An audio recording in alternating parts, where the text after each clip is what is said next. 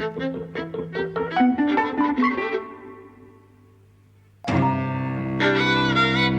and welcome to Eavesdropping at the Movies. I'm Mike. And I'm Jose. And today we're talking about The Menu. Yes. Which I was kind of looking forward to. You know, the trailers made this look fun. It's directed by Mark Mylod, who's primarily a TV director. He did direct Ali G in the House 20 years ago, which was not a great film. And he's directed another couple of films that I don't think either of us have even heard of.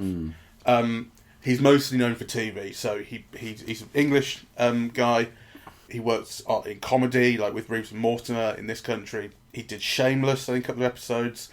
He took Shameless to the States, I think. He did Succession, which was big. He did a lot of Entourage. So he's got a name as one of these directors who, you know, has done some big bits of TV and is a professional working director. He's not known for his cinema work. And I guess one of the questions for me is, you know, how does he rate as a cinema director? But let's get on to that. Not very highly. I don't think so either, but the film is about a very exclusive, high-end restaurant. It's on an island. You go there, you don't have mobile reception. Everything's taken care of. It's $1,250 a head. It's the most exclusive thing. Each course is introduced to you personally by the chef. He explains it. And the courses are of interesting, sort of, they're creative, let's say.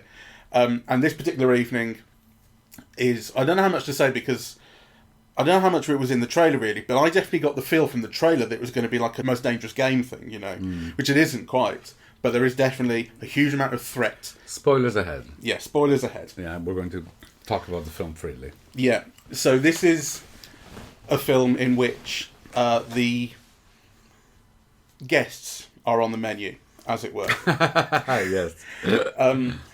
And I suppose I would start by saying I don't think there was an awful lot in the film that surprised me in terms of what happened. I did kind of see every major plot point coming in some way, but what I didn't see was little surprises along the way in terms of like how it was done, or, you know, kind of, there was always a sense of humour to it. Yes, I thought it was very witty. Yeah. And I thought, and I loved the actors in it actually.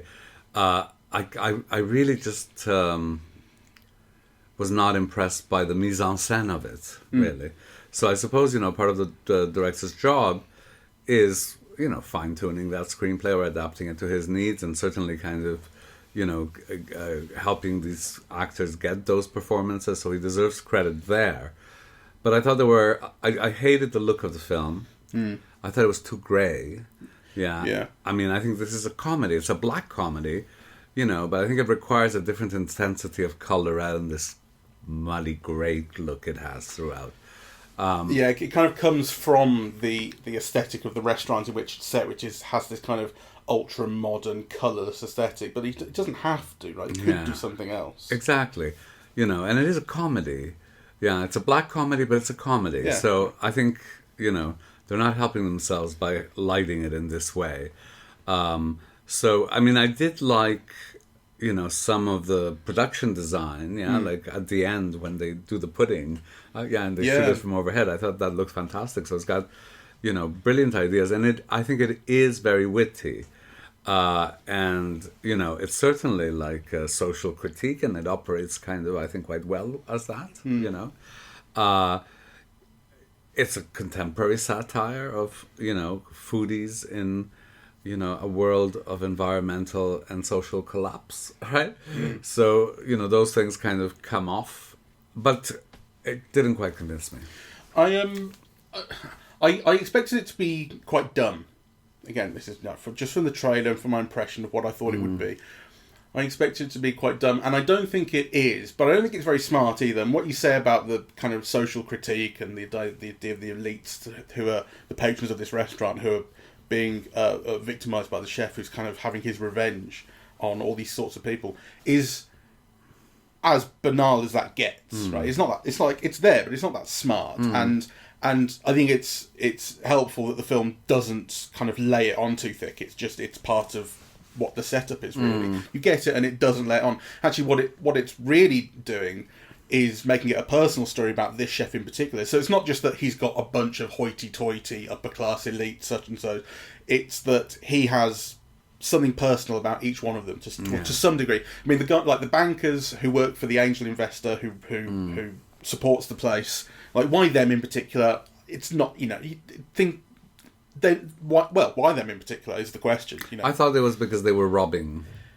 Right, but he's also killing the angel investor, which we see. So, why, if he's exacting revenge on this guy, and these guys are robbing from the guy he's killing, why is he interested in them? Do you see what I mean? Yeah. It's kind of... Maybe I missed something. One or two things like that aren't that clear, but what you say about the way that final course is presented, where they turn the whole restaurant into a fancily done-up plate with sauce going around the floor, is great, and it's really funny, it's quite beautiful.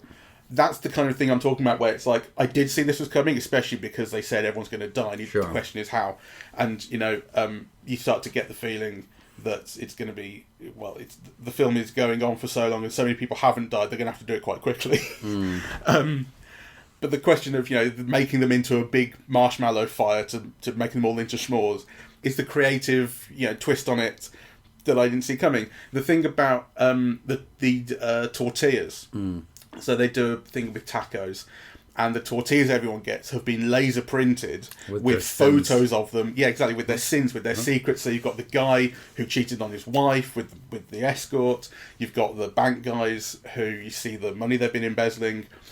And you also see the photos of the Nicholas Hoult character who's been taking photos of the food, which he was told not to do. So they've very recently printed these tacos. And again, it's like you kind of knew that something along these lines had to come. You knew that there would be explanations for why these people are here. But that they've printed it on tortillas is a beautiful idea that you had no clue like they would do something like that. And it's a wonderful surprise. It's a great joke. Yes. Yeah. I think the film missed an opportunity on pace. Right, so, there are a lot of elements in the film, the announcing of the menu, the way that the whole kitchen staff is so concentrated and returns back to work, and, the Chinese lady, and how her kind of harshness in interacting with the customers, right? Lubitsch would have made that, a kind of a centerpiece. You would have had 25 laughs out of that, just from the rhythms of the call and response, right? And this is all wasted. So, you know that they all respond like machines. Get to work, they all get to work. Yes, sir, yes, chef, But nothing is made out of those rhythms. Yeah, a better director would have made that into comedy. Right? Yeah. Yeah, it doesn't... It gets some effects from the way it's timed and edited. The thing about... the chef that Ralph Fiennes plays him, starting each course with a clap. Yes. And everyone is stunned and shocked, and all the cooks put their cutlery down, everything goes quiet. It is used to fairly good effect to show you the shock, basically, of particularly the Anya Taylor-Joy character, who is getting increasingly uncomfortable with being there. But, as you said, you also feel a lot of these missed opportunities where it could... I just kept feeling like this could be more intense, or it could be more tense, it could be funnier. It could be all these things. It could be more elegant. And it's not, but that's not to say that it's a flat film. It's not. It does do, I think, most of what it gets the effects, I think, for the most part, it's going for. It would be nice to see it going for more, in a way. I mean, it works. I enjoyed it. Though, I kind of just can't help thinking of things that would have been better. I would have preferred somebody other than Ralph Fiennes as the chef.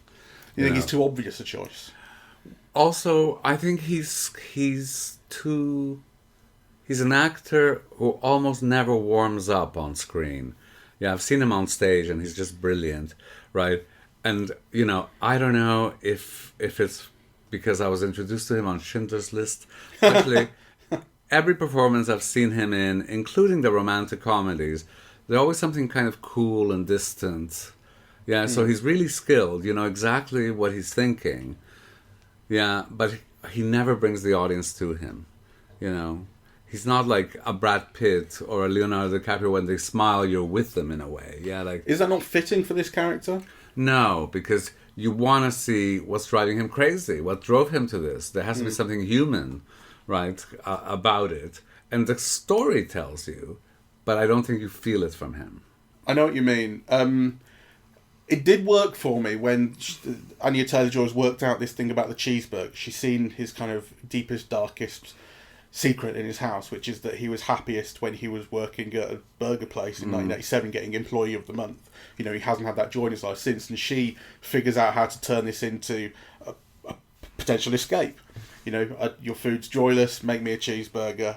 And as he does it, life comes back to him, a smile comes back to him. I bought it, right? But I do know what you mean.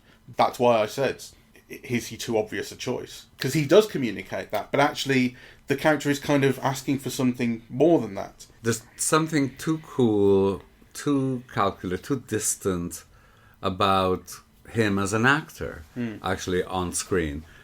I think he is like that in almost all of the performances, except the Guadagnino one, the bigger splash, where he really lets loose. Right. Yeah, I loved him in that.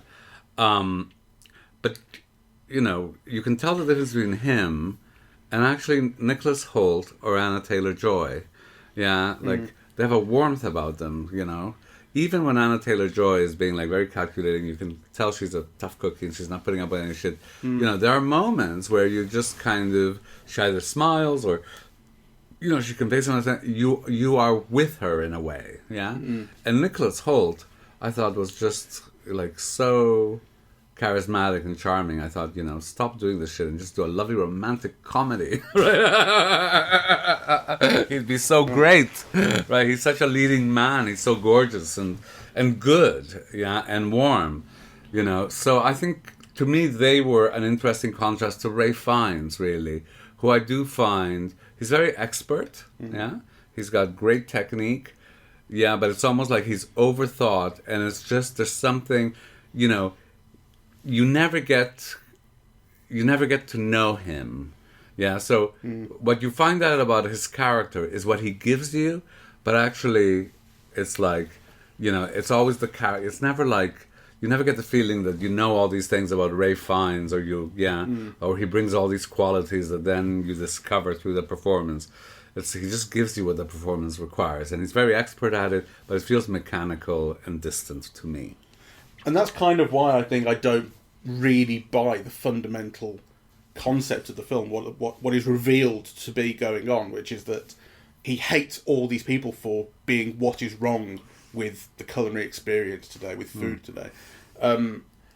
Because I think part of it is in the writing, and part of it is in the fact that I don't know why some of these specific characters are here. It's quite a funny joke when it's revealed that the reason he's got the John Leguizamo character there, John Leguizamo is playing a very famous actor, is that the one day off in 6 years that he got to go and see a film, he saw this John Leguizamo film, or John Leguizamo's character's film, and thought it was shit, and that's a funny joke at first, but then actually it turns into, you're a guy who's an artist who's lost a sense of art, who's lost the reason that he's doing it, that sort of thing, he says. And it's like, why make it that serious? It was actually better when it was just a funny joke about, I had a day off and I didn't like your film. Yeah. Do you know what I mean? But it does try to make it into this deeper thing about the malaise that is plaguing the loss of art and so on. The old couple who, they're there, you know, every 6 months or something. Yes. And they don't remember the food. You're like, is that really enough to kill someone for it? I know that you do have to give yourself over to this kind of film because it's not realistic. But still, do you actually feel like there's enough in these characters to really buy it? No. I'm not really sure I do. The thing about the critic is very obvious and kind of dumb, that she has the power to, you know, her tortillas are printed with images of restaurants that have shut down on the basis of her bad reviews. You go, that's as simple as that gets. Like, putting a critic in your film is as simple as the use of that character gets. Still, I think it's important that they have it. I think, you know, it was important that it be like that. I think it was good to bring out some of the phoniness of that whole thing. To me, the film was simplistic because it's a lowbrow film, in the sense that it's kind of catering to an audience that doesn't understand why people would pay those prices, right? And actually doesn't understand that fundamentally there are pleasures to be had in going to eat that kind of haute cuisine, right?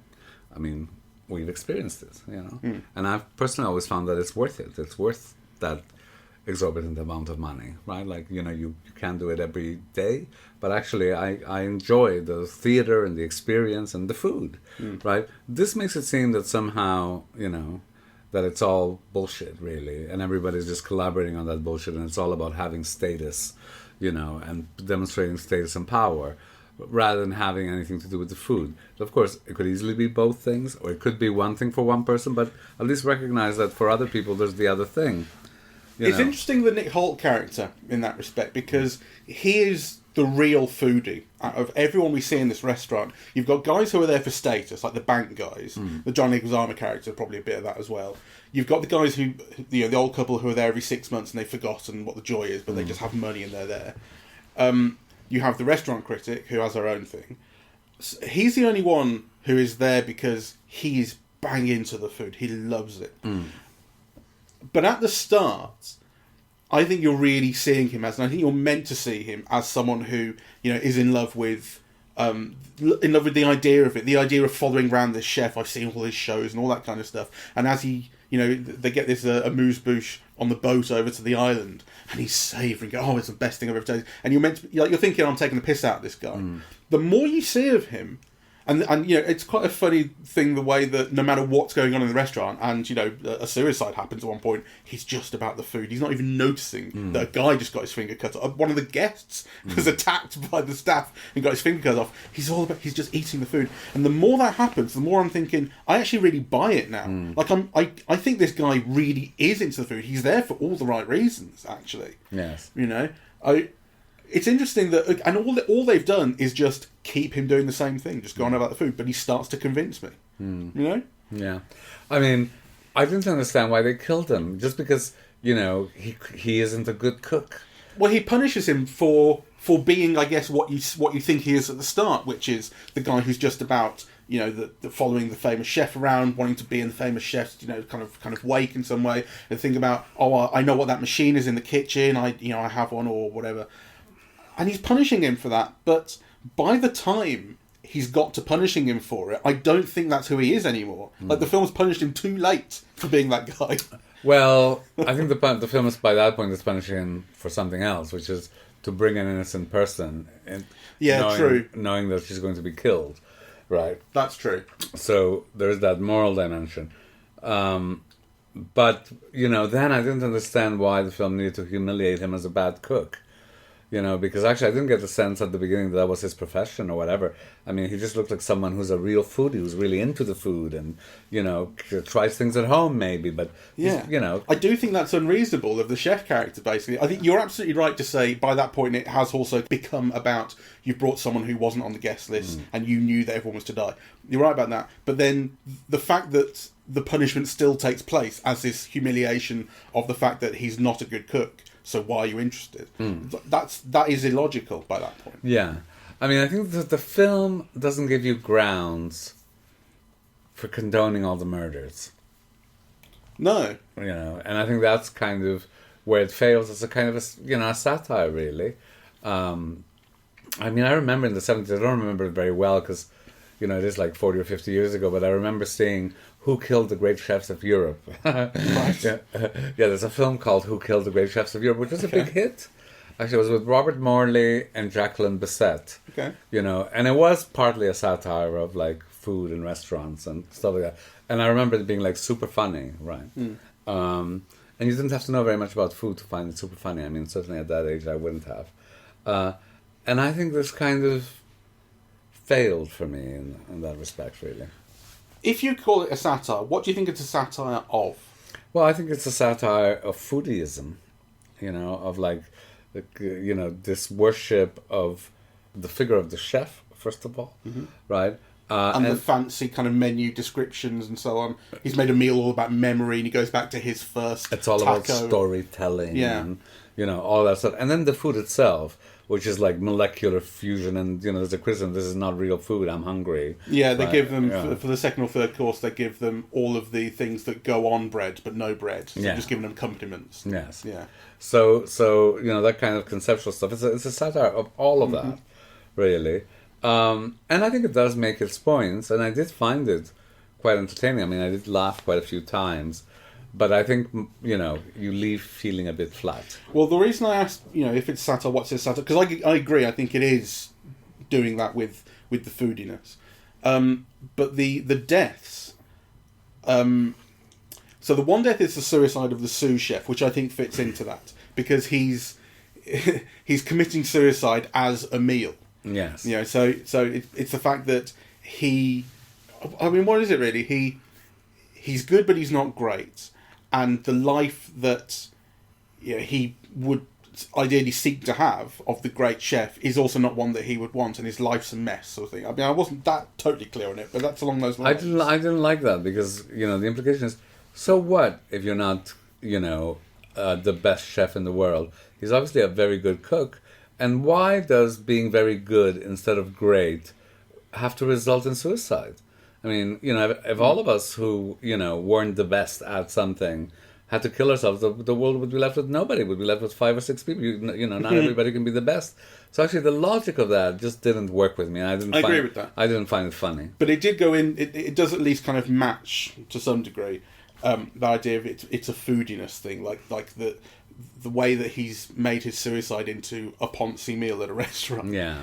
The other deaths, or murders, so the murder of the angel investor, and I guess cutting off the finger of the one guest who tries to leave. Can we just linger a little bit on that? Because I thought the murder of the angel investor was such a lost visual opportunity, right? Imagine what a better director would have done with that death scene or that killing scene. I've seen things like that. I think maybe I can't bring them to mind immediately, but I've definitely seen that image of someone being hung up and tortured for an audience sort of thing. And with the wings and the water and, you could have turned that into such a great scene. It's all shot from afar. It's all shot from inside the restaurant. I know. Yeah. Let's get one look at the guy's face. I know. It's a completely wasted opportunity.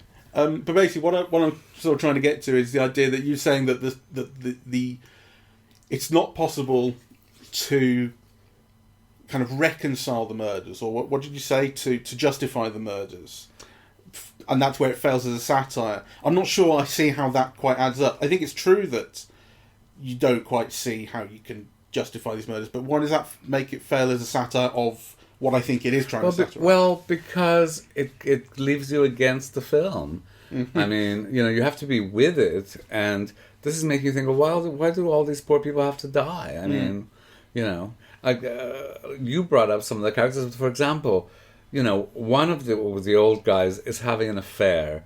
But is that a reason to kill somebody? And then what did the wife do? Yeah, I didn't understand why she had to die. Right? But I guess the victims of the victims of the murders should, I guess, in theory, be the victims of the satire, the people who are being satirized or criticized, and I think we would be in agreement that they are not really being satirized, the guests. Yeah. Well, I think there's an attempt to do it, but I just think it doesn't work. Right. And partly it doesn't work because, I think Ray Fiennes says something, you've come to my restaurant 11 times, can you remember what you ate last time? Yeah. And it says something like, God, no, it was halibut. Well, who the fuck cares? I can't remember what I ate yesterday. Is that a reason to kill me? Yeah.